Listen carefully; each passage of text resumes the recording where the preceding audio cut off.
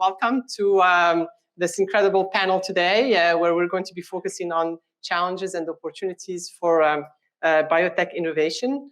And I'm really so pleased to have this incredible panel of truly amazing biotech leaders, which is not surprising because we're here in Kendall Square, and this is Cambridge, where I think the estimate is that we have about 250 biotech firms in Cambridge, and 150 of which are probably within a mile radius from where we are. So it's really not surprising to have this incredible expertise and talent here among us. Before we get started with the panel, I'd like to first really thank our sponsor for this event, and that's Caldwell IP. I have a lot to say about Caldwell IP, but first I'll start talking about Katie. Katie Rubino has been an incredible supporter for a lot of the, I would say, from my perspective, supporting the student aspiring entrepreneurs in the field of healthcare, life sciences, and biotech. And she's been working with us for, 4 or 5 years now, and has supported a very large number of companies, and some of whom have actually managed to be successful even in biotech, where the founders were recent PhD students. And we can probably say that some of it had to do with Katie supporting them and advising them from the very beginning. So Katie, thank you for sponsoring this event. Thank you for supporting Sandbox. Really, we're just grateful for the relationship we've had with you and with Caldwell IP. So with that, I'm going to just kick off the panel by starting with some introductions. And I can't do justice for all of the panel that we have. So I'm going to let every single person tell us a little bit about who they are and what their experience and expertise is. And then we'll kick off the questions. So I'll start with you, Katie. Okay, thank you. Hi, everybody. Thanks for coming out tonight. My name is Katie Rubino, and I'm the chair of the life sciences practice at Caldwell. And I'm just really excited to talk about some different popular issues that arise for very kind of fast-growing biotech companies. And my experience is that right now I currently work in the field of intellectual property law, so helping different fast-growing companies figure out what's going to be the best IP strategy for them based on where they're going with their business. And before this, I worked for a number of years in the pharmaceutical industry. Okay, thank you very much, Katie. And then I'm going to just tell you that I've met with this amazing panel. We've met a couple of times already, and my biggest challenge was to figure out who's Christine, who's Kristen, and who's Christina. So, and I've spent the last week trying to make sure I remember who is, we can call Chris, but so that's a very interesting coincidence for today's panel. So we'll start with Christine Cole. So Christine Cole, I am with the Tremere Foundation. And for the foundation, I am head of philanthropy and head of corporate partnerships.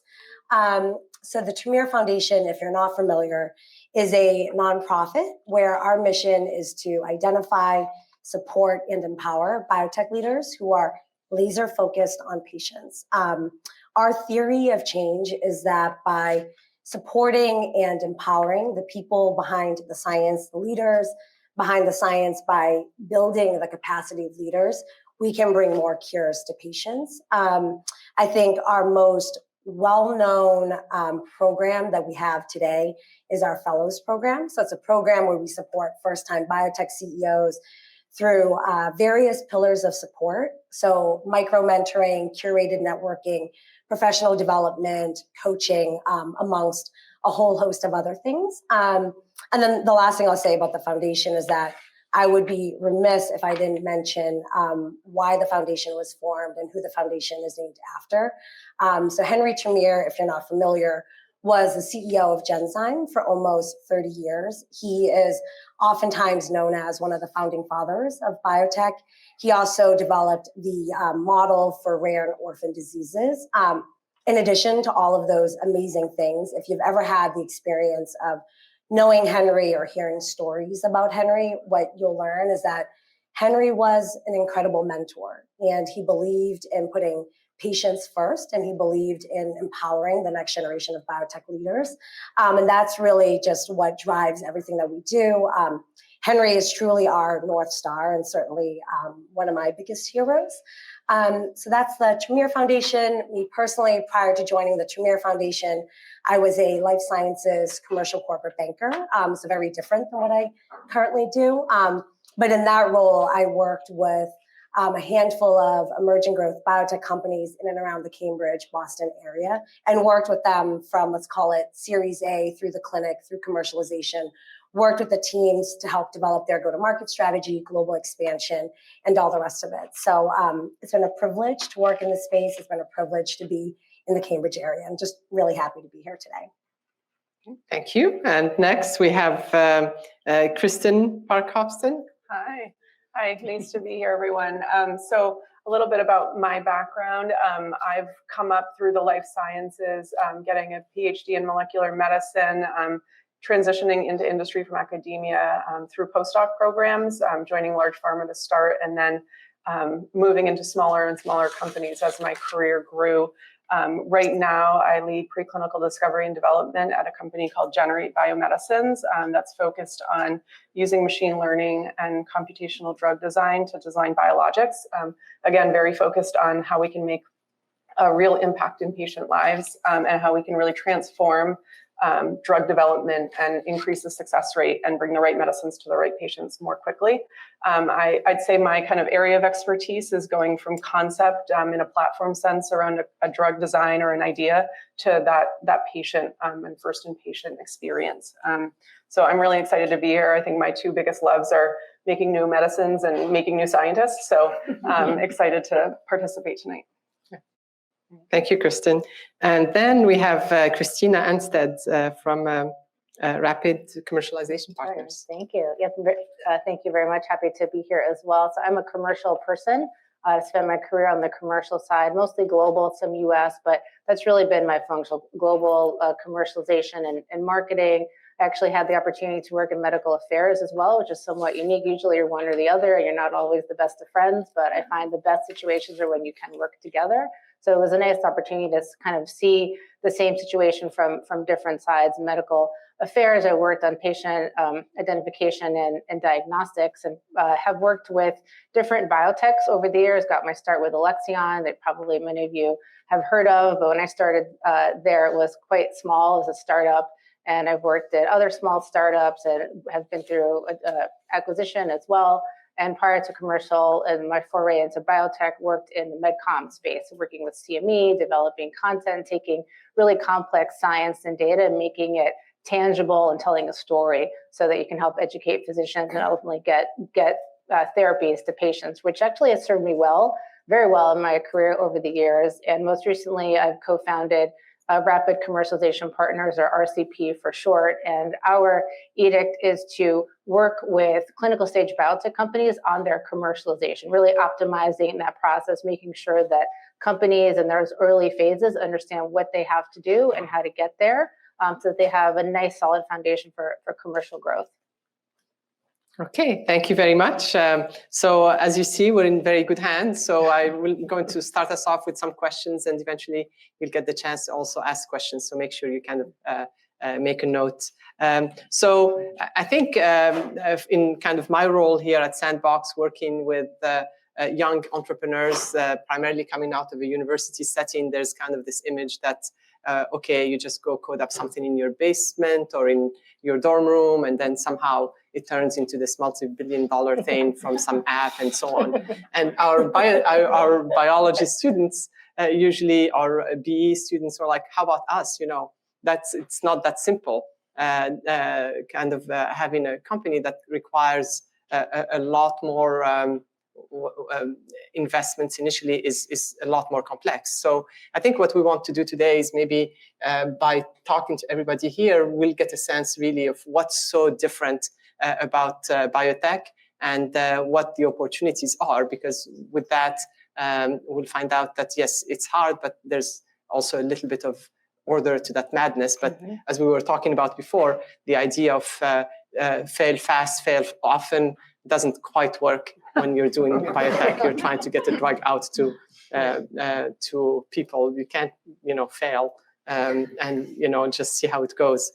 So I think maybe we'll start from the beginning. We'll start with the scientist here, which is when you have how do kind of ideas start in biotech? How do the concepts start out, and how does that happen? Whether it's from a research that's done in a lab or from a company, from an R&D group. How does that typically?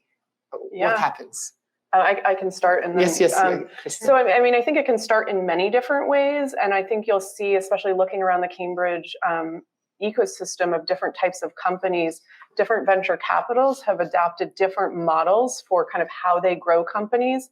And then you also have big and medium-sized pharma that grow concepts in very different ways. So large pharma, you're often going to have like a discovery or innovation group within the larger organization that's really coming up with new targets, novel modalities, and things like that. If you move into smaller companies, you might look at them wanting to in-license ideas or work with smaller biotechs. And then you've got the startups, which might be the most applicable here.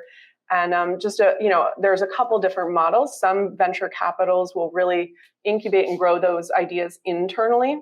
Some are much more known for wanting to partner with academics or hospitals to kind of pull those ideas in, and can definitely get into more detail about the specific different VCs and their models. But just at a high level, to say there's many different ways new ideas get started, and I think figuring out if you have a new idea, like what kind of model fits best with your interests and capabilities and passions. I don't know if others want to add on. Yeah, I agree with that. I think a lot of times too, those ideas, maybe at first it's one person, especially here at Sandbox, they work on some project for a school or a class, and then they have these ideas. And other times it might be more of a collaborative effort where it's several people working on it, or a lot of times too, it's maybe several companies working together and figuring out how that's all going to come together and how it's going to work and who's going to own what. All of that comes into play too. So with that, is a patent always like an important starting point for a biotech? Is that a yes, I would. I think, it's not, biotech isn't computer software, right? It's a patent is kind of a gating issue to get started. And I think every investor, that's going to be question number one, because they want to know that idea is secure and that there's no risk someone else is going to just file on top of that or build out something else.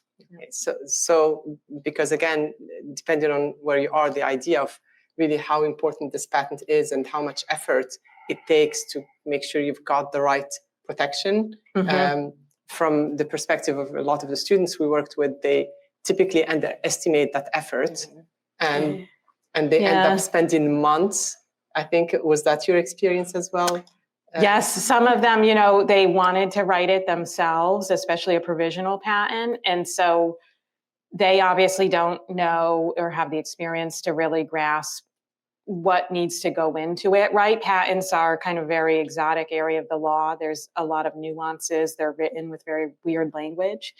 And so when you don't have that experience, it can be kind of difficult and can take you a long time. Not saying it's, you can't do it. I think especially if you need a provisional just done, you can certainly do it yourself, but there can be some hurdles to get through there. So, Christina, from your perspective, when do you start working with the startups? When, is there a point where they get handed over to you, or is it when they've got already some substantial investment or pre-investment? Exactly, when do you start working with them? So for us, the sweet spot for us with clinical stage biotechs is right around phase 2, so much later. But we do have some preclinical clients as well. It's really when you understand that you have an asset, you've developed something, you have a proof of concept, and now you're ready to sort of take it to market. What do you do first? What are your steps? How do you get there? And that's where we can come in and help startups really guide them with, that commercialization strategy in terms of now that you have this asset, how do you know that you're not just doing a really very important or interesting science experiment? How do you know that this is really going to be commercially viable, and asking those questions up front? And that also helps with your valuation. You made the point about investors, and for IP really helps that valuation story, but so does knowing what you're doing and why. Like, what is the need that you're filling? Why are you different from other like assets or therapies on the market? And being able to tell that story in a cohesive and clear way is really going to help drive value for the investors. So I would say when you have a molecule, you have some proof of concept data, phase one, that's really where we would start interacting with our startups. Are the terms phase one, phase two, phase three familiar for We can folks? ask. Yes? Okay. Yeah, those questions. Yeah. So we have a sophisticated audience. How about you, Christine? I was just going to add that. So at the Tremere Foundation, we work with a lot of first-time founders. And I would say, especially sitting here in Cambridge, probably 1 out of every 2 founders that we work with typically comes out of academia. But I think the way that they create their companies does vary a little bit. We're very lucky to have places like MIT in Cambridge, where perhaps you have an idea and it comes out of like a very large lab, perhaps it's out of the Langer lab or George Church or something like that, where you have this like amazing infrastructure around you.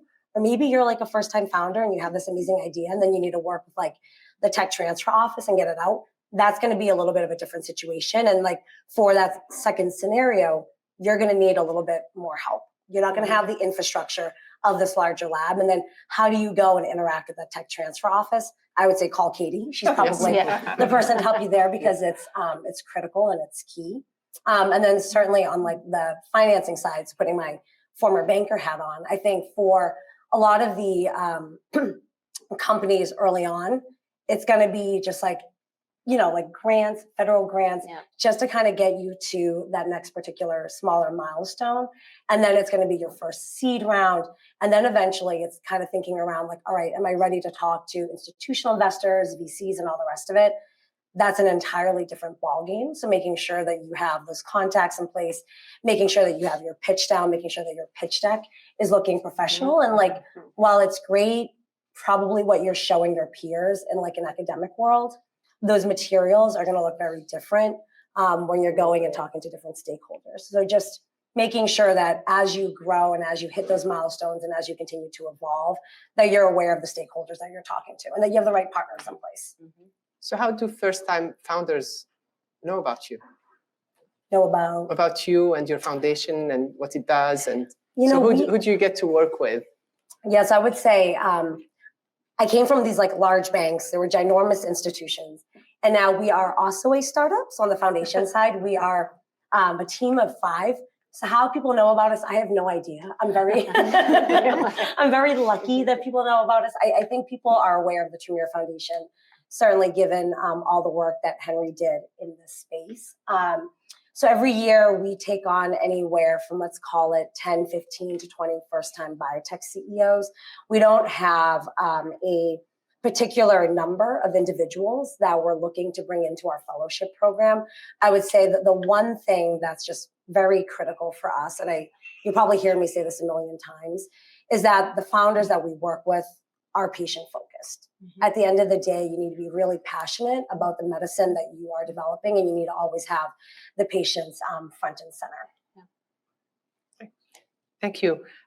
So I'm going to follow up with Christina, kind of this idea of commercialization in the context of, developing a new drug or a new molecule. How does that happen when you're starting with a scientist? Or maybe Kristen, this is, I think, between the two of you. We were talking about this earlier, like Kristen comes first and then maybe somebody you want to start and then I'll take it. Yeah, I mean, I think I'd like to first start by saying I don't, we were talking about this in one of the prep sessions, like I want to caution people that there's many other ways for your medicine to reach patients than you needing to take it end to end. And, especially for a smaller biotech, commercialization is a huge undertaking. And, I would encourage people to think about, like, what do you do best?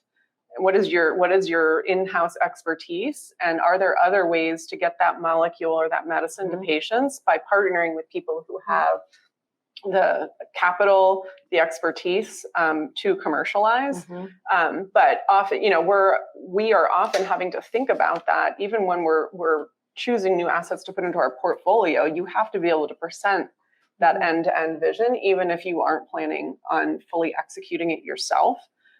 So I'll stop there. Yeah, no, I completely agree. And I think it goes a little bit to what I was saying earlier, is you have to understand like what you're doing and why. It can't just be science for science sake. It has to be like, what are you trying to solve in the real world that's going to be clinically relevant, that's meaningful for patients, that's better than the current standard of care? Why are you different? And sort of like, why you, why now?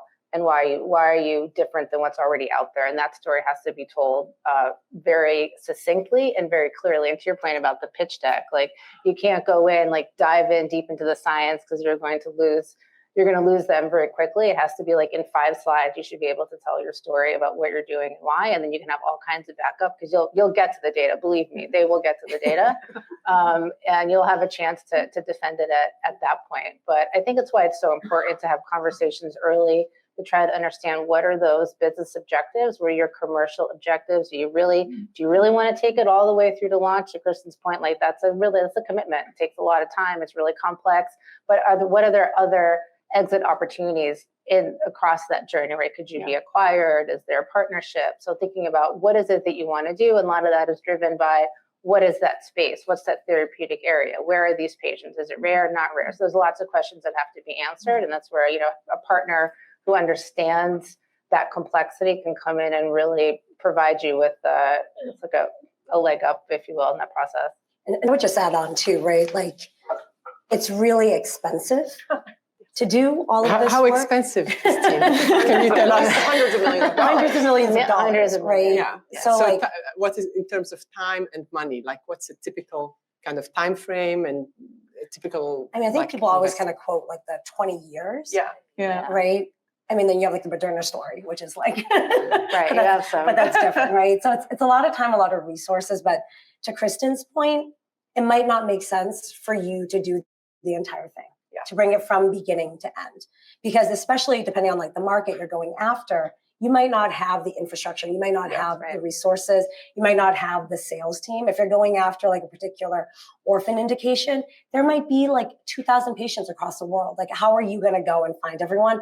Obviously, there are stories like Alexion and stuff like that where they were able to do it, but that's a rare situation. And that was years. Yeah, and that was a very different time period where money was more available. Capital now is incredibly hard to get. So when you get to a certain point, you need to think about it. Like, does it make sense for us to do it ourselves, or should we partner? And if you are going to partner, who's that right partner? And then have a conversation with your board. I mean, we haven't really like spoken much about this, but hopefully you're surrounding yourself with people who are much smarter than you, who've done this before, who have the experience, and hopefully they can provide some guidance on it. And I think that off-ramp for an asset can also be a way to finance your company. Exactly. It's a huge infusion. And I think too, we're seeing more and more of these partnerships happening where historically we didn't see big pharma outsourcing a lot of their R&D, right? But now companies, startups can be so specific on what they're going after that these big pharma, they need the startups with their expertise. And so it can be very beneficial from both parties to partner together because they're both bringing different sets of tools and different parts of the puzzle together there.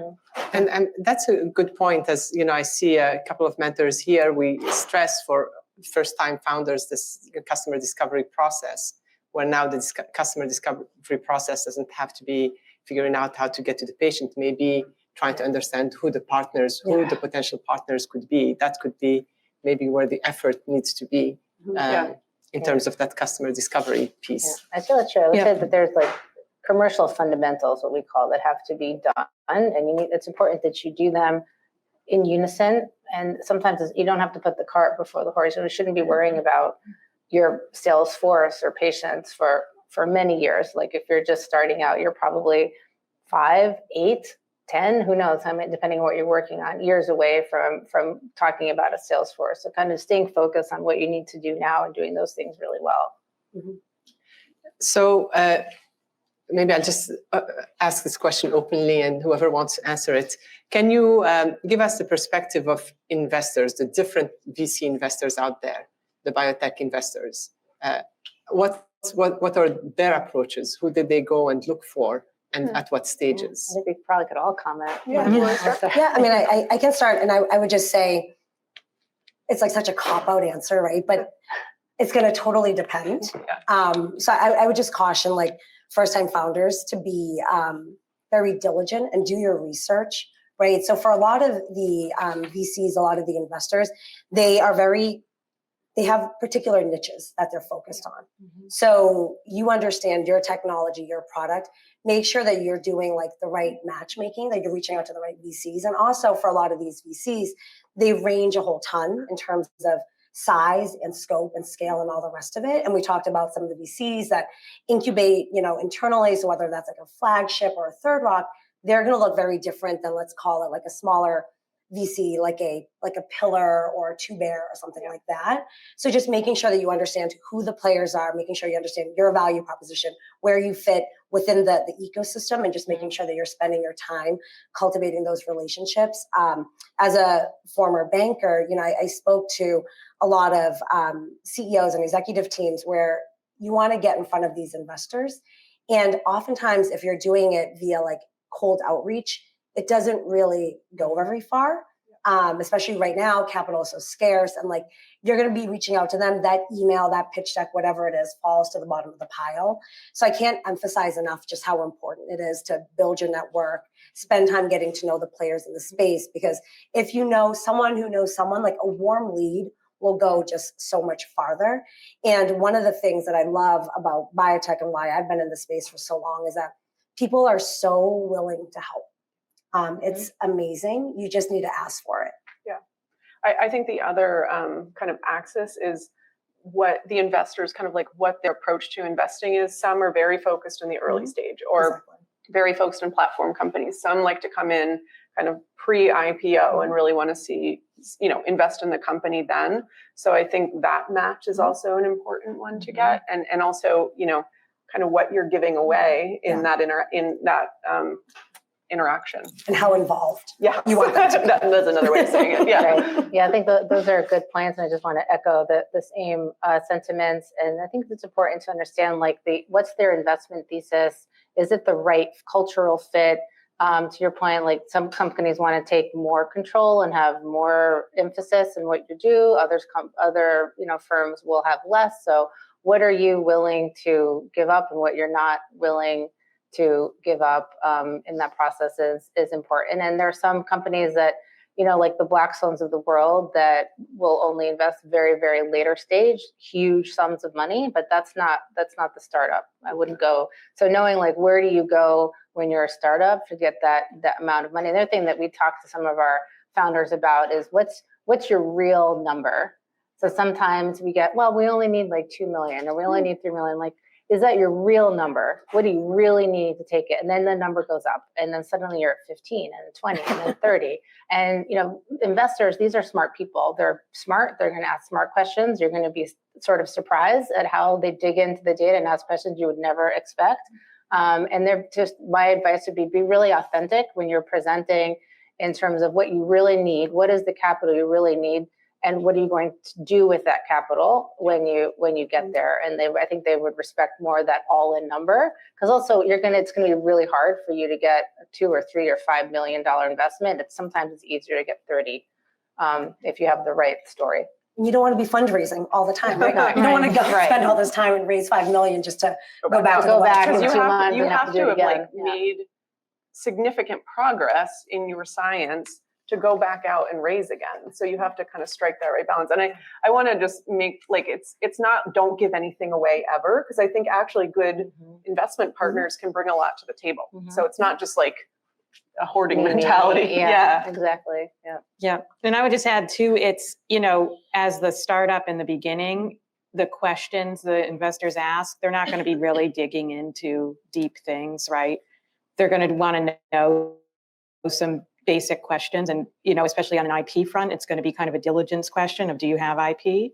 Can we satisfy that? Okay, that's it. But later on, as rounds go on and we're getting, Series B, C funded, the diligence there is going to be much greater, and they're going to be asking a lot more specific pointed questions about the company, the business plan, the corporate structure, the IP strategy. So getting all of that lined up and prepared for that is very important too. And if they're talking to you, they're talking to your competitors. Yeah. And to your point around like, how do you differentiate, like being very crisp on why we are different than the 5 other companies you're talking to that look exactly like us. Actually, I'd like to follow up on that, which is in kind of the software app kind of world. A lot of the investors say we'll invest in the people, not the technology. Is that similar in biotech, or are there situations where in biotech the investors can say, I can put my management team together, I don't really need the inventor or the scientist in this case? Is there a difference there between the 2 different types of industries? I hear often that investors are investing in the management team and the people, and that is a part of their investment strategy. I think there's also times where the investors can help you bring in the right people to round out your leadership team. So I don't know. Yeah, I think it's a combination of both. Certainly good, smart people helps, but you also need like innovative science, right? Like that's why we're all here. And like for us to really move the needle forward, the science has to pan out. You can invest in people all you want, but when you get to that inflection point, and you get to that clinical readout, if the data doesn't show the results that your investors want, you're going to have a bunch of just really unhappy people sitting around the table. So. Right. Yeah. And Katie, thinking about kind of the very early stages where you have IP and trying to figure out how you're going to finance kind of the patent costs, or how you're going to negotiate with an institution like MIT, who's going to pay for these very expensive patents before you actually get the investors on board. Do you have any advice for how to manage that kind of, stage? It's a tough situation, right? Because you need the IP, because you want to protect what you're doing. You're putting it out there, right? You're going to be talking about it. But sometimes, you're just really kind of bootstrapping it from the beginning. And I think where people can really go is looking at maybe some grant funding that can be kind of a great non-dilutive source of funding, get you some capital to get working with. And then starting to really network with different angel investors, kind of getting that early funding in the door to help you get some of those first items on the checklist accomplished. And typically, how much does patent cost to file in this field? Yeah, a provisional, you could write it yourself and file it for $150. So, if you're a student, that's very much manageable. And a lot of times too, if you're going to go give a big talk, a lot of teams just file their talk as their provisional patent, because there are no formalities required for that provisional. So you could do something quick and dirty to just get a filing date, protect yourself, and then expand further afterwards. And I guess for university technology licensing offices, what's their usual strategy in terms of patents? Do they pay for it and then expect the companies to pay for it? Yeah, depends. Each one is kind of different. Sometimes universities, they want to make things easy, right? So they want to use just kind of standard form agreements with every team they work with, where this is going to be the equity share, this is going to be licensing fees. Other ones are more willing to negotiate. And some, want to direct the IP filings. Others want to give the teams the ability to use counsel that they want to work with. So each one is kind of a different situation. So just something that, again, in my experience, takes time. Yeah. So it's really just about making sure you invest the time to get all of these ducks in a row, I guess. That's right. Which is important. So now I'd like us to move to actually talk about the people, the founders. So what percentage of the biotech companies that are in this area are founded by first-time founders, and what percentage are founded by experienced founders, an experienced management team? Do you know? That's a good question. Percentage, I'm comfortable putting a number on it. And, or just, you know. It's, I don't know, for me, it's a mix. We work with quite a number. We have a few that I would say they may be your first time founders, but they're not new to industry, right? They've worked in biotech, they worked in pharma in some way. And so they're not totally unfamiliar with how things work. And to your point about the management team, I think that matters. And if you have seasoned individuals on the team, on the plan, the management team, that does give confidence. But we so far, I'm trying to think, there might be like one or two that's a first time founder, but again, they have been in industry previously. And we were talking about that before, this transformation of a scientist to a CEO. How often does that happen successfully? And how often does the scientist run back to the lab and say, I just don't want to do all this CEO work? Yeah. I mean, I think it's really important to think about, again, like what you do well, where you find passion, and recognizing that you don't need to do it all to have a successful product. And the best thing you can probably do is figure out what your skill sets are and where you're strong, and then pad yourself with a team around you to help round out the picture. I think it really helps with investors. It helps just a company be much more successful than this mindset that I've got to be the CEO of my idea. Right. Yeah, and I would just add too, like it's gonna vary a little bit depending on where the company is in its evolution, right? I mean, certainly for earlier stage companies, we see many founders for obvious reasons. But as that company matures, as the board expands, as you bring in more investors, it could be one of these things where perhaps that founder stays on, or perhaps he or she transitions to a CSO role, a COO role, and they bring in someone else. So it's just going to vary a whole ton. And to Kristen's point, right? It all depends on where your strengths are, and also like what you want to do. I mean, one of my good friends is actually a founder, and he was a CEO and I was a CSO, because he would call me and he would be like, I hate it. I hate fundraising. I hate this piece of it. I hate that I always need to be selling. Like, I like being at the lab and I like being closer to the science. So it varies. Yeah, it's a good point, because being a CEO could potentially take you away from what you love. It's a very, very different role.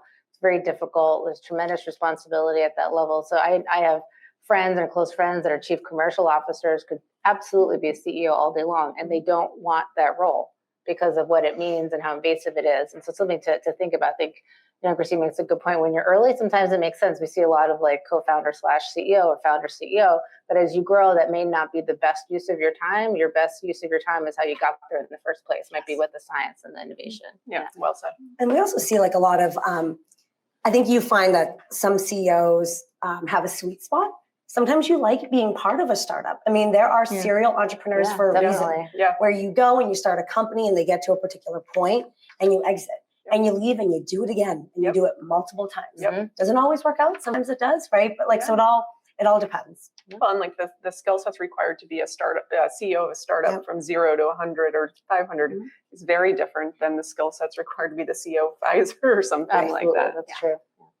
So in terms of kind of leadership skills, if I guess kind of my interest in terms of starting with students is part of it is figuring out, will I be a good CEO? Will I enjoy being a CEO? Are there any ways that people can kind of go through and try to figure out whether before they get booted out or before they get frustrated, or, are there any constructive ways that people can really evaluate what they think their role is going to be and at what stage, and just be aware of these transitions? I would say there are, especially here in Boston and Cambridge, so many accelerators and incubators out there, like a lot of resources to help you. So I would say just try it out. You don't really know until you try. And then I would also say, like, we at the Tremere Foundation, we are a big believer in mentorship and this idea of just passing on the knowledge. So like, go and talk to someone, right? Like, how lucky are we to have all these amazing companies right here? If you're like a first-time biotech CEO, call up someone else who's already done it. People, again, are just like incredibly willing to help. Have that conversation with someone. Yeah, totally echo that.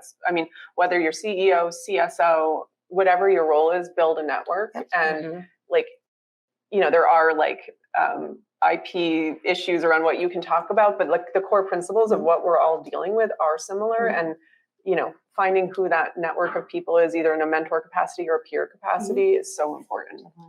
And I think too, just being aware of your own strengths and weaknesses, because then okay, I'm not good at this. Who should I have help me? Because it's something I'm not going to do very well. Yep. And so that can really help you excel in your own leadership skills too. And I would say, like, as you're going through like the IP process and you're going through this process of, making a name for yourself or trying to raise funds, you're going to get a taste of what it's like. And if these are things that you find arduous and awful to be a part of, then that's probably something you should pay attention to and think, like, I can do this for now, but this is not really what I want to be doing forever.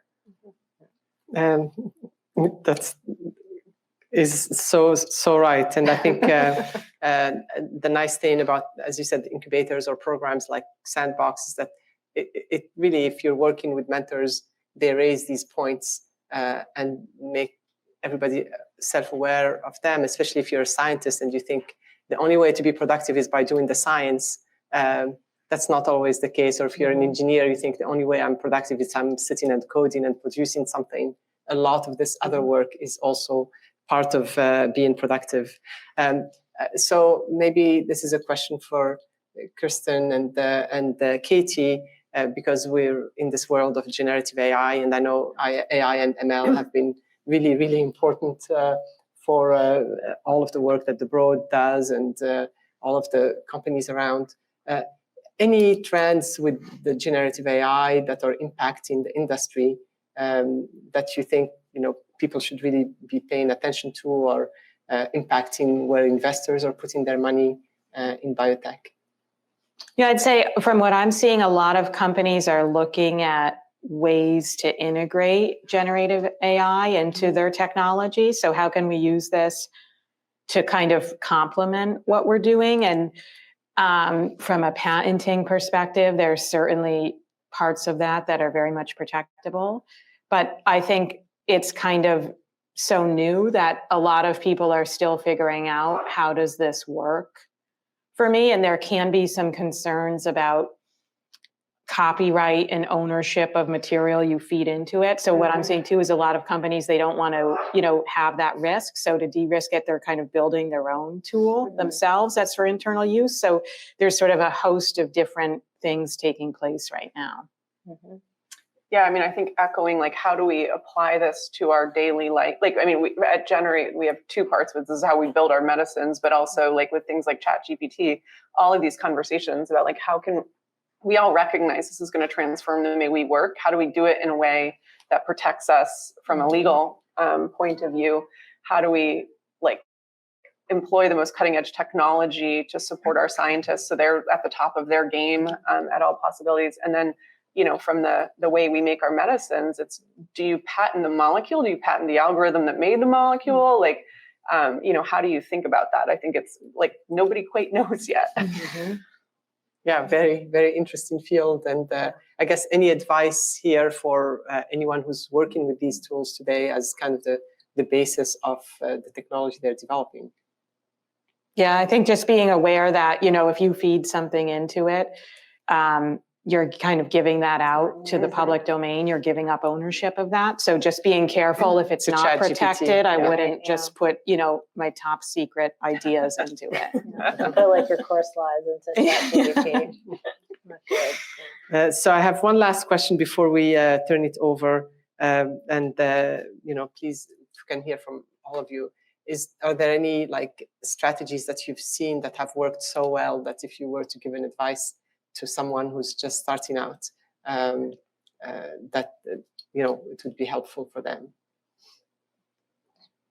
I mean, I guess I would say, especially right now, it's a hard time, right? Because money's just not flowing and it's a down economy right now. So I think just being aware of that and, being in it for the grind, don't get discouraged. You have to just keep putting your best foot forward, and there'll be a path to get it forward, but just, don't give up too soon. I like that. I would say it's important to use this time wisely, because it's down now, but it will go up, and that this is your time to build your network, work on your pitch deck, make sure, like, test your pitch, and like how in how few slides can I tell my story, and making sure that you really have a solid reasoning for your differentiation, your better than standard of care, that those questions are being asked, and how are you going to be positioned. You don't have to have all the answers, but that you're thinking about it and doing some diligence around that story so that you can start building those networks. And I'll say about the investors, if you do, and we hear this a lot, that if you do pitch and it's a no, and you're going to probably get used to hearing no a lot, but no is never, we just heard this recently, no is never no forever. It might just be no for now. So you can start that building awareness of who you are and come back to them a year later, you might get a very different answer. I think my advice is you've got to really want this, and you've got to want it because you want to make medicines and you want to help people, because it's a grind, it's hard. But there's when you have the opportunity to see something you've had a hand in developing change a patient's life, that's an experience like no other. And I think the other thing, just from a company starting perspective, is know where your risks are and know how to balance risk and know how to talk to investors about that risk and how you're mitigating it. Yeah, I mean, I would echo what everyone has said. I mean, certainly from a fundraising perspective, having your pitch down, being able to effectively communicate the value proposition is huge, not only to investors, but other stakeholders, but also your board as well, right? You're always constantly trying to influence people's decisions. So making sure that you might be the most amazing scientist, but that also you are the salesperson for your company. So knowing that piece of it, the financing markets are brutal, both public and private. So if you are fortunate enough to go out and raise some funding, be very judicious with what you do with that capital. Operate in a very efficient way as you're building and growing your team. Think about where you want to deploy that capital. Who do you want to hire? Maybe it's a fractional CFO, maybe it's a fractional HR person, but maybe it's a full-time, whatever, this type of person, right? So think about where you're spending your dollars and very much build your war chest. And as a banker, we used to always say, raise money when you don't need to. Raise money when you have leverage, when everything is on your side, because when you want money, that's going to be the toughest time to go and raise money. And there's all these conversations around valuation and all the rest of it. And it continues to be really challenging. And I'll just end with what Kristen said, which is at the Tremere Foundation, and speaking to our fellows, we always hear that they're getting pulled in a million different directions. A lot of them are scientists by training. They're incredibly smart, and they're making a million different decisions. And when they come to us and they say, what do I do? Right? I'm just all over the map. We always bring it back to the patients. And that's Henry's ethos, right? Is that when things are feeling just completely out of whack, keep the patients front and center and allow that to ground you and refocus you and remind you of why you're doing this. Yeah. And let that kind of be the driving force in a lot of your decisions. That's all well said. Okay, so thank you very much. A lot of great insights. And I'd like to just turn it over and see if anyone has any questions that haven't been answered. Go ahead, don't bring. Sure, thanks. Thank you so much. Great remarks. You can answer either one of these questions. One is that you just mentioned sort of fractional C-suite. Is that though perceived as a risk because there are a bunch of people who are outsourced and you really need the in-house team who are going to be committed? One, and then two is that because it's such a tight funding environment, you could have a hybrid model where you're aiming for this takes 5 to 10 years for the science to come in and the FDA and all of that. Would it make sense to have a model where you have something that generates income initially while you're working on that science, or does that seem like two different companies and you're confused? I'll take the latter, and then I feel take the first one. The first one, yeah, that probably makes more sense.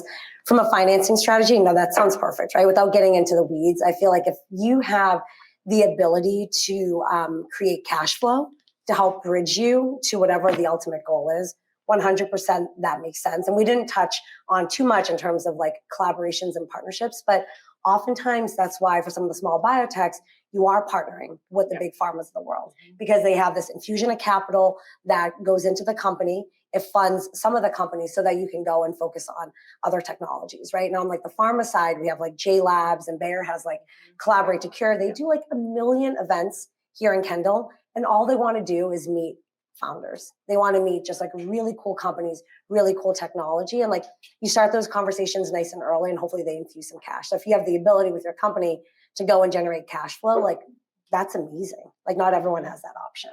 Yeah, and I'd say too, where I see that a lot in the biotech space is a lot of companies that are kind of in the bioinformatics space where they have some platform technology, right? They get that up and running. They can use a lot of that platform technology to source drugs, model disease states, and they can kind of license some of that out to big pharma and then use that money to go do the R&D on the stuff they really want to be focusing on. I think the one like watch out is that does take company resource and making sure you are balancing your commitment to delivering on that investment with advancing your own portfolio or your own molecules. Yeah, I think that's true. And to your first question, so I don't think it's a risk for outsourcing. I think actually it's a very prudent thing to do, especially in that early phase, because then you're not carrying a massive overhead of a C-suite or a massive overhead of a team that you may or may not be able to engage fully, especially if you're in a position where your data hasn't read out yet, and you go and you hire all these people. And then if the data doesn't do what you think it's going to do, now you have to handle a lot of folks that you're going to have to probably let go.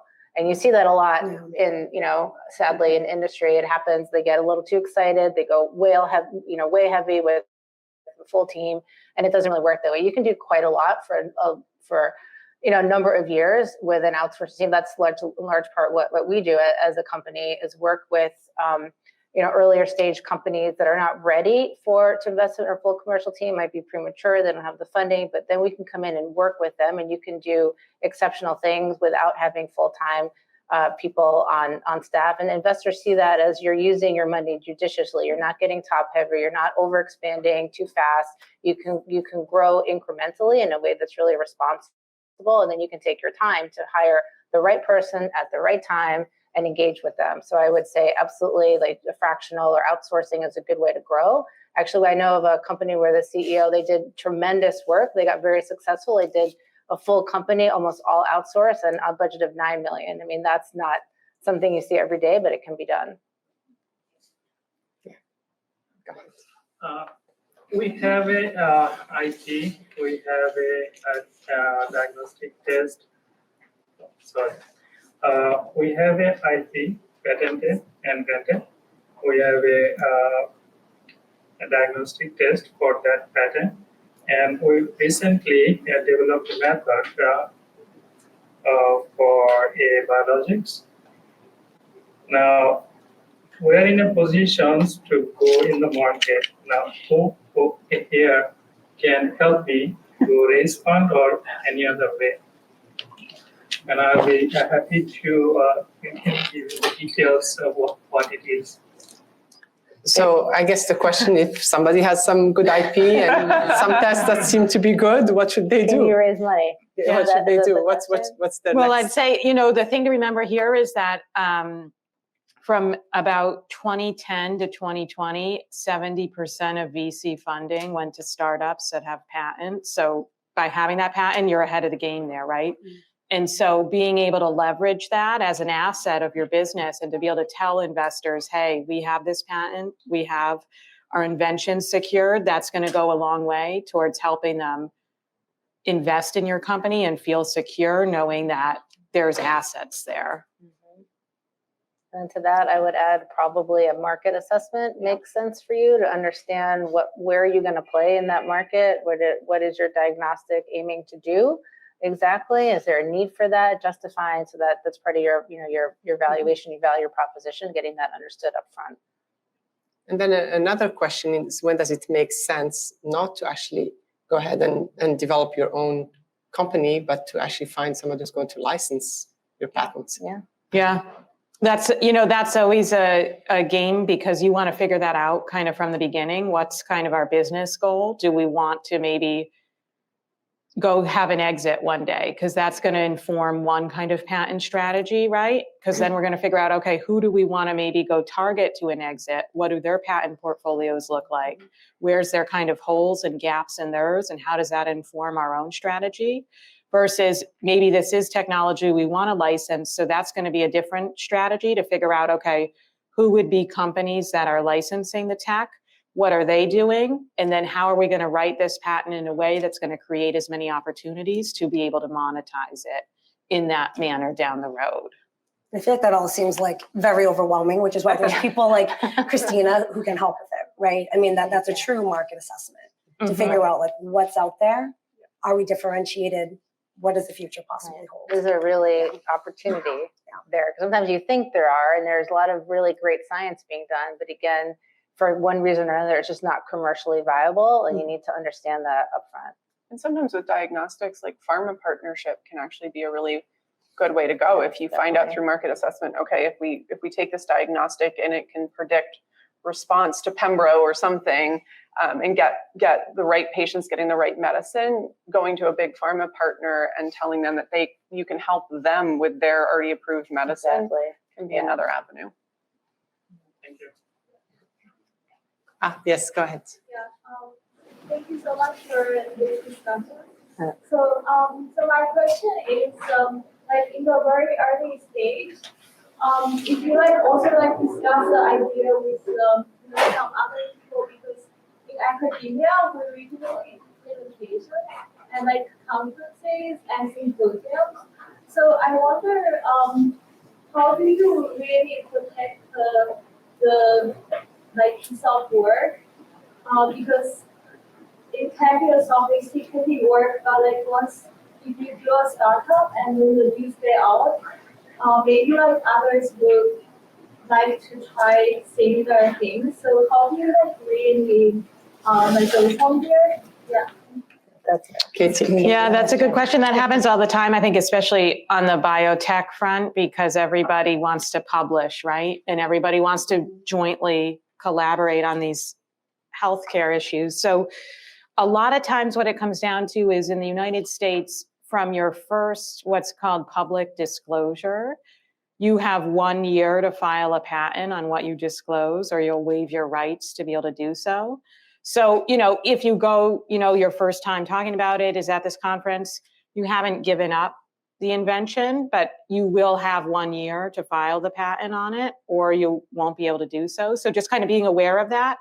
And if it really is something urgent, you could always just file that provisional patent. The provisional, it's basically a placeholder patent, goes on record, gets you a filing date, and then you have 1 year to turn it into a real actual patent. One thing she was actually, and I don't know the answer, to be curious, what if you presented an internal lab meeting?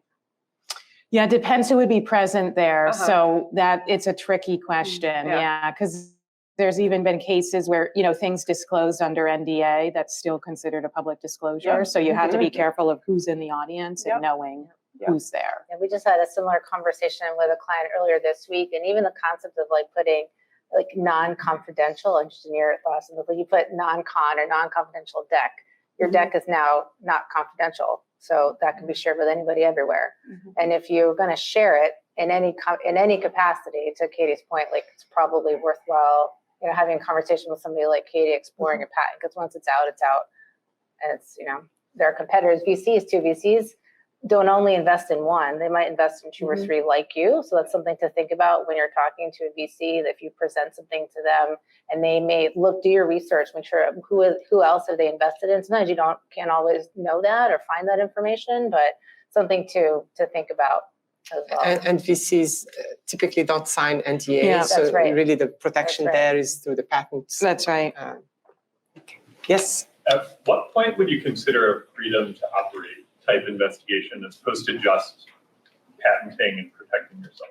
Yeah. So I usually tell people, put it off as long as possible. You probably don't even want to ever do it, because the thing with the freedom to operate analysis is, in the United States, as soon as you have the results on that, you're then liable for 3 times damages, monetary damages, because at that point you are what's called a willful infringer. So if any of those companies ever sue you, you'll be liable from the moment you have those FTO results moving forward for 3 times damages. So it really doesn't, an FTO, all it does is tell you, hey, my product is infringing these patents. It doesn't really give you any real assurance, right? It kind of creates more liability than answers questions. So most of the time I advise clients it's not going to be worth the time or the money to go do one of those.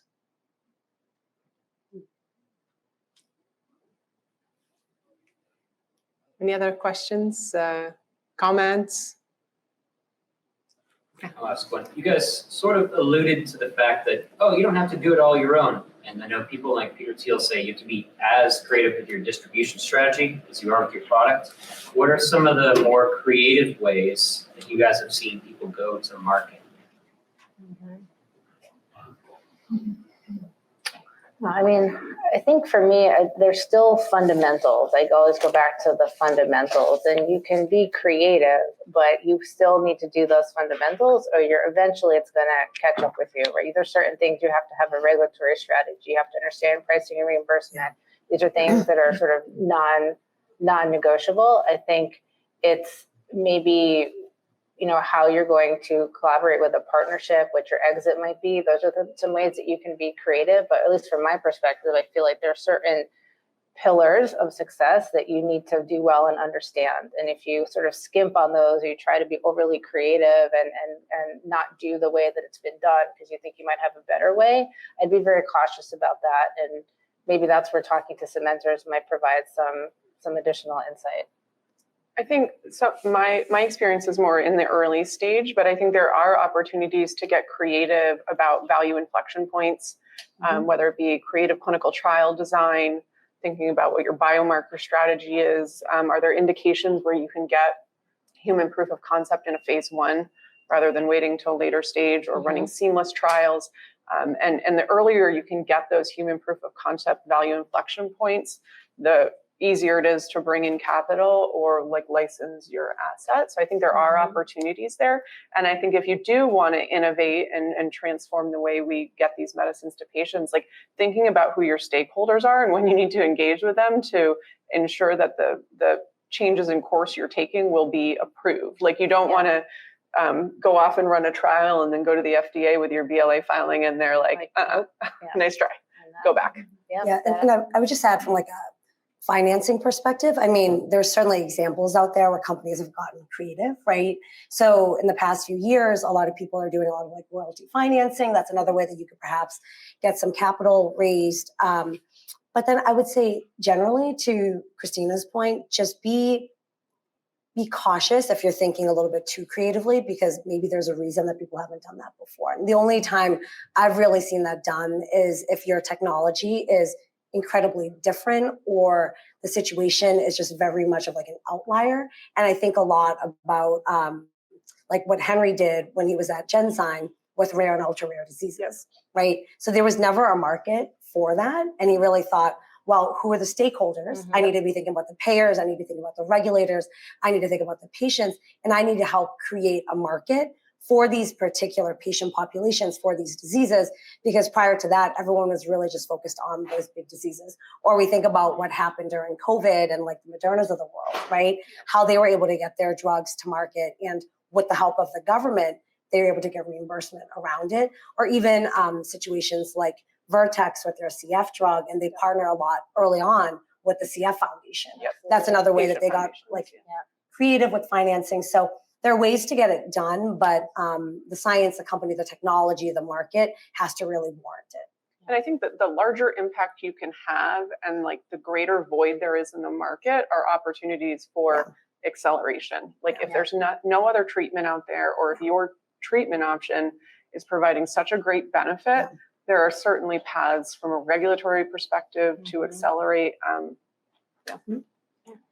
So something, just a final comment, some things that are maybe taken for granted, that things that what's been around for a long time, it's not particularly innovative or creative, but it's not really done often, is, you know, leveraging patient advocacy groups, They can provide funding as well. They can provide clarity. They can talk to the FDA. They can do a lot, and bringing them in as early as possible. Like if you're developing your clinical trials, you're bringing patients into those conversations. And it seems like everyone should know that, and everyone talks about it, but I feel like it's not consistently done in the industry still. And even preparing early and having these conversations early is somewhat still, not everyone's doing that either. People are waiting until much later on in the journey in phase 3 to start talking about commercialization strategy. And you've just now, had 4 years or 5 years before what you could have been preparing. And then you get to that point and now you have delays. So I think creativity also comes with some responsibility in terms of how are you doing this and why. Is this, I guess, this idea that you want to break the mold or the way of doing things by leveraging some, breakthrough technologies in the area of biotech? Is there maybe a particular area that's heavy on bioinformatics or that's relying on patients providing data that wasn't possible before, that's going to allow things to be different, where it transforms the way clinical trials are done? Are there people, is there expectation that there's going to be some major disruption in the existing frameworks? Yeah. But certainly AI is being used in clinical trials from a diversity perspective. There's companies that are developing that science now. That'll be, I think, very valuable. Again, there's certain, the data, make sure it's reflective of the disparities in society, that we're showing the right data and that it makes sense for the population. So that's where it's being used. I've seen different platforms, certainly, and Katie spoke to that as well, that they're leveraging platforms to accelerate. There's one like on protein sequencing, how fast that they can identify and find new different sequences and how they can personalize that medicine. So I think from that perspective, the discovery process is going to be accelerated. Yeah, I think we're moving into a space where medicines are going to get more and more personalized. And the regulatory agency is, I think, coming along on that journey, but there still needs to be a lot of work to be done. If you think about the normal safety and preclinical data package that's been usually required for medicines, when you think about only making that medicine or that cocktail of medicines once and delivering it to a patient, like what is the right safety package you need to have in place to treat that patient? But I think, sequencing tools and informatics have allowed for a lot of progress in the space. I also think, and if anyone has an idea on this, like please advance it, is delivery. Like we still can't get medicines to the right places in the right in people's bodies. And I think that's still a huge unmet need. Yeah. Well, PV as well, actually, pharmacovigilance is Which one? Pharmacovigilance and safety, risk management, like that. There are some AI platforms on that as well. Yep. Yes. I just found out today that Dollar General is looking to do decentralized clinical trials because the majority of their patients that are needing care are only 15 minutes away from them. So Interesting. that would help. Well, it's been so interesting. You work at these companies that are the forefront of digitalization, and then you go to start your clinical trial, and you go to the trial site, and they have a clipboard with a paper triplicate form, and they'll be like, "We'll fax these to you." And literally, there are companies working on digital pens. I mean, it's so the fall off of technology is frightening. Yeah, thank you for that question. As you see, it's kind of like spun off a bunch of ideas, as anyone can run with them, because there's room for a lot of really kind of innovation throughout the processes. Good question. Yes. So just following up on the patent question. The what? Sorry. Patent question. Patent. The patent. So you said there is 1 year time from finding the provisional to actually finding the full patent. But is there possible ways to delay that even more? Like if you want to add more data or keep it not disclosed? Yeah, there's no way to extend the provisional. It's 1 year, it expires, and that's it. You can refile it, but you'll get a new filing date, so you'll give up that whole year of earlier inventorship. So once you buy the full patent, it's gonna be disclosed, right? Like if anybody can search for the patent.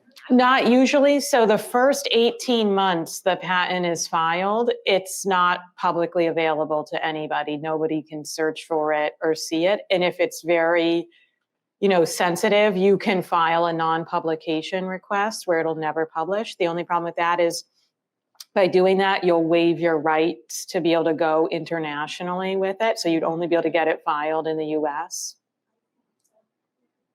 So the main thing is that, these are very technical questions, and so you want, if you are in Sandbox, you can have some time with Katie where you can get to these very specific questions, but you really need to take the time and find the, kind of the legal advice, so you really think through the implications of every path you take. So, but really good questions. Yes? I'm curious about the personalized medicine. So what happens when doctors are ultimately, they have the power in deciding if the patient gets something? Sure, you can figure out the regulatory approval. Do you have to then go find 20 doctors who say, like, yes, we want to actually use this? I guess my thought would be, a lot of times when you're in the conversation on this side, like students, people trying to start a company, we're often sort of going back to the drawing board to talk to more doctors, more experts, this sort of thing. Do you think that decisions are going to be made a little bit more based on data in terms of what's a good venture based on clinical data? Or do you think you still need to kind of always sort out some like medical expert's opinion before you can take a step forward with an idea? Both. Yeah, I think you're going to be hard pressed to arrive at a situation where you're not going to need a key opinion leader or a KOL to give confidence to what you're trying to do. I think clinical trials are helpful. You're going to get data that way, but it doesn't mean that it's transferable to the clinic necessarily. And a clinical trial site or clinical trial situation is still controlled. It's still not real world, and so you really need to have, and especially if you're talking about rare or orphan diseases, those experts can really be meaningful in discussions with regulators, sometimes with payers. So I think it's good. You have to make sure you're talking to the right people, I would say, and the right expert, the right field, the right specialty, and that's also part of commercialization, is making sure you have, we call it, speakers, but people who can talk to the FDA. It might not be the same person who's going to talk to a room full of peers, but you do need that guidance and insight and support from the highest level KOLs to support what you're trying to do. And I think there's two ways I think about it. There's do you have the right tool to identify the patient populations that get these personalized treatments, or are you actually creating that cocktail or that personalized medicine? So there's a couple different angles that you can think about being in this space. It's coming from a place of, do you think that presents a bottleneck to the kind of like AI-driven future of having to always find a key opinion leader and sort of work at this organic way versus a more automated, data-driven approach? So meaning like the AI platform would just tell or provide the answer for the treatment and the doctor would just facilitate it?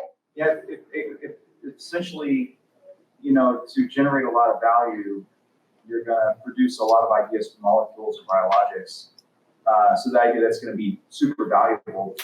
But for every one of those, there used to be this very human process of getting a key opinion leader on board and going through this years-long consensus building with folks who are doing patient journeys on one side, and then drug delivery. Somebody brought up drug delivery on the other side.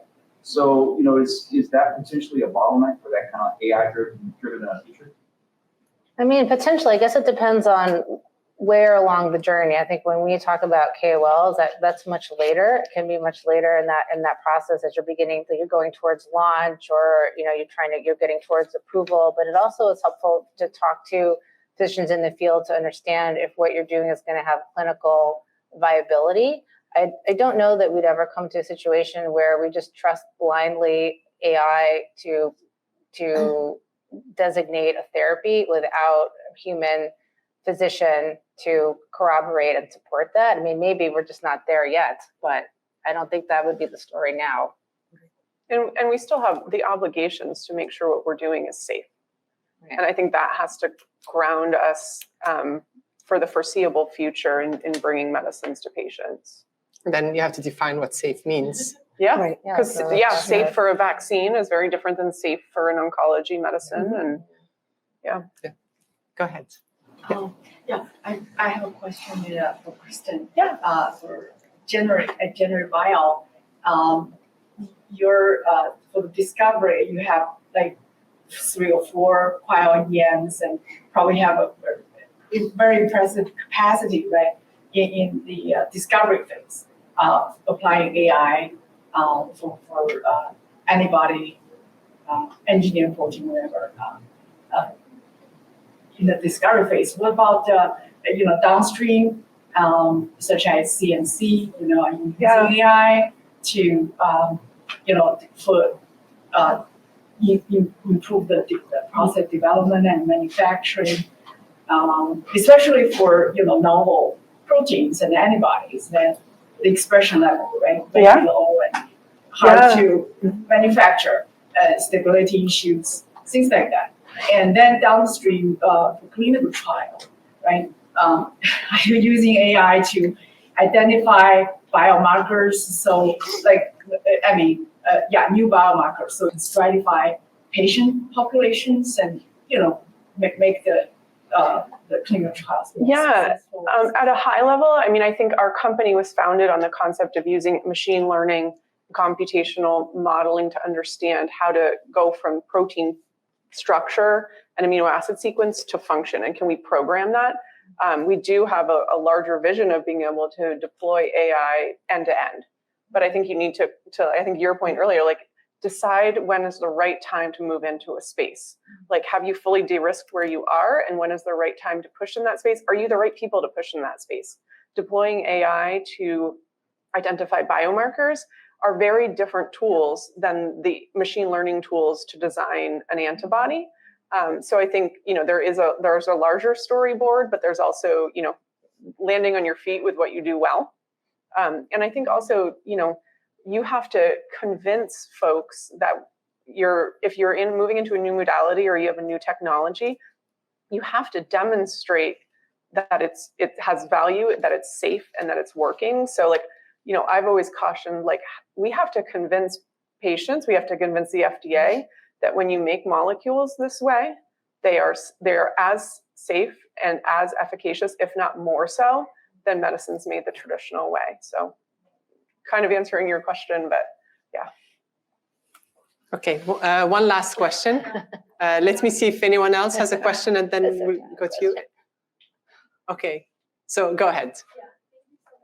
So I wonder, because there are diseases that currently don't have treatment, so the survival rate is very low. So for those, is the path to clinical trial faster, compared to some other disease that already has standard of care? Can you comment on the different areas of disease and the timeline to clinical trial, the difference between them? Mm-hmm. Yeah, I would say so. Certainly in areas like rare, orphan, or where there's a significant unmet need, there you might be able to achieve breakthrough designation with the FDA, and that accelerates your ability to get to market. So there's orphan drug designation, breakthrough designation. So that kind of speaks to why those conversations with the FDA are important, and you can get those opportunities that really accelerate your ability to get to market. They might take certain levels of data that they wouldn't normally do. So there is opportunity there. If the unmet need is defined and you understand where those patients are, how you're going to get there, and you have clear proof of concept, you have clear data about what your asset is going to do, you can go those routes, and definitely would take years off that process. And I think it also depends on how you're approaching the problem. If you're approaching it with a tried and true modality, the path is going to look different than if you're moving in with a totally new modality that has no safety data that exists. I would think of it more as going into a rare or an unmet need. You might be able to get that approval more quickly. The preclinical data package depends on many other factors you have to take into account. And I think was it Christina earlier mentioned engaging with patient advocacy groups as well. So Yes. for areas like that. Yeah, definitely. That's key, and that can really help you tell your story and petition the FDA, because even though you have an asset that solves a problem and a high unmet need, does not mean the FDA is going to be like, this is great, let's do this, right? You might be in for a fight, and so that's really like having a KOL, having patient advocacy group to help champion what you're trying to achieve can be indispensable. And there's ways to interact with the agency prior to submitting an IND. Yep. Yeah, And there are consulting firms that specialize in that. I don't know if that's something you guys do as well, but you can set up interactions to say, here's what we think our preclinical data package is going to look like to enter clinic, and you can get feedback on that prior to doing the work. Pre-IND meetings, definitely. You need to prepare for those too. Like, don't take those lightly. Don't just be like, let's go to the FDA. Like, don't do that. But you should talk to them. They're not the enemy. A lot of people think that like the big bad FDA, but you're not going to get very far without them. So it behooves you to make them a collaborator. They're not going to necessarily, give you the fine details, but they're going to help you understand. If you follow their direction and work with them, you'll be successful, or a better chance, I should say, of being successful. Okay. With that, I think, as you can see, there's so much more that's sitting in all these women's brains that you can learn from. And we can't do that. We can't do justice to the experience and the expertise that they have in the short amount of time. I think the main lesson learned here is that really to be successful, you can accelerate your learning by making sure you connect with the people like the panel here. And while we understand all the complexities, also challenge some of the status quo and try to figure out how to disrupt some of the things that seem a little hard. So I just want to thank you all for your time today. You shared so much with us. And Katie, I want to thank you for sponsoring the event and for being such a good supporter of the program. Thank you very much. And I think you'll be here for a couple of minutes if you have any questions for them. And thank you for coming. Thank you. Thank you.